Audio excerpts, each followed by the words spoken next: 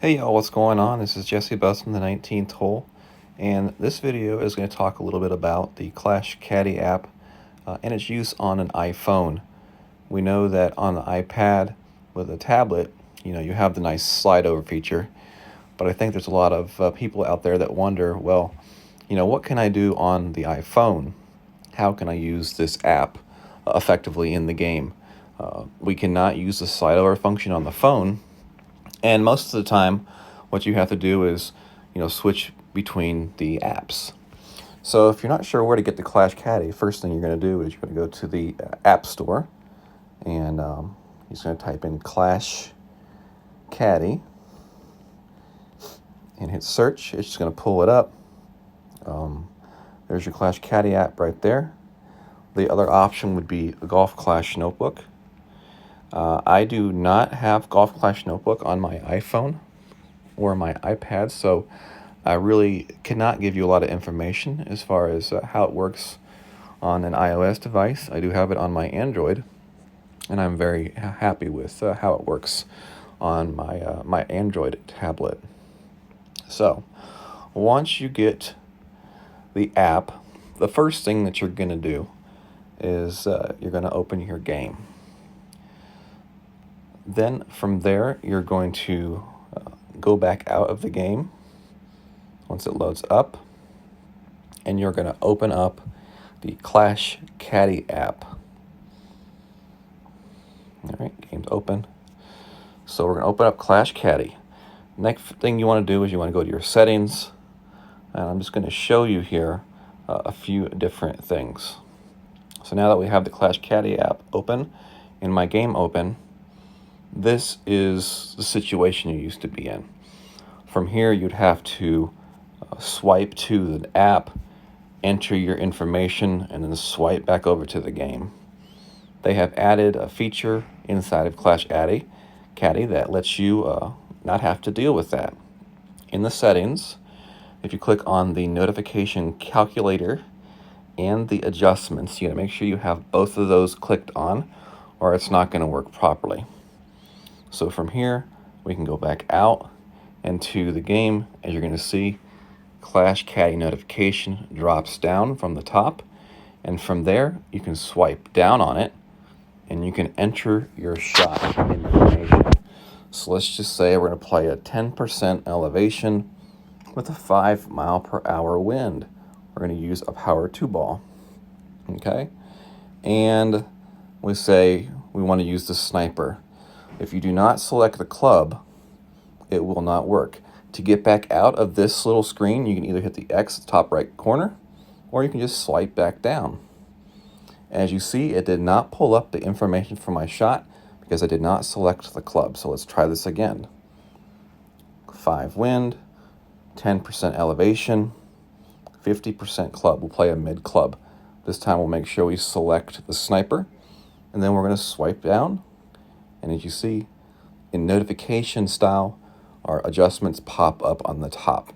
Now, you can make changes to those. All you do is swipe down on the notification, and it pulls up the screen. As you can see in the background, it's still got the game open.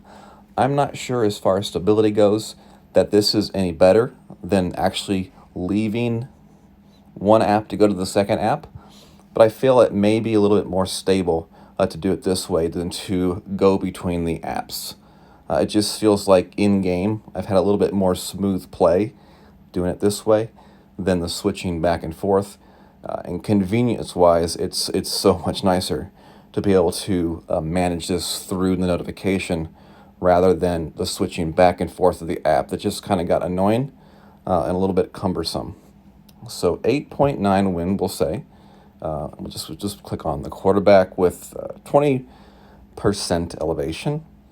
This time I'm going to click the X just to show you what the X does. It's going to do the same thing. It's going to bring up the information for the shot. And it's about as simple as that. If you actually click on the notification, you're going to see it takes you back out to that app.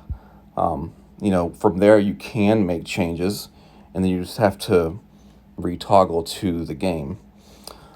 The one thing I did notice about the notification way of entry is that it does not save your wind points. So if I put 5.6 wind here with the Thor and swipe back down, it's going to bring up the information at the top for that particular shot. But if I swipe back down, as you can see, it does not save my adjustment and my elevation and my club setup. I have to re-enter that information each time. Whereas if I was to leave the game and go into the app and put in the shot information, 5.8, go back to the game, it's still going to pull up the shot on the top. But if I leave the game, as you can see, my wind information is still there, along with my elevation and my club percentage, so that I can make adjustments even quicker. But if you use the swipe function inside the game, it does reset that information. In the settings, I looked, but I did not see anything as far as that goes. You do have the option for the wind to reset, each entry inside the app. I would recommend leaving that off in case you do have a shot where you feel like you may have to make a few adjustments.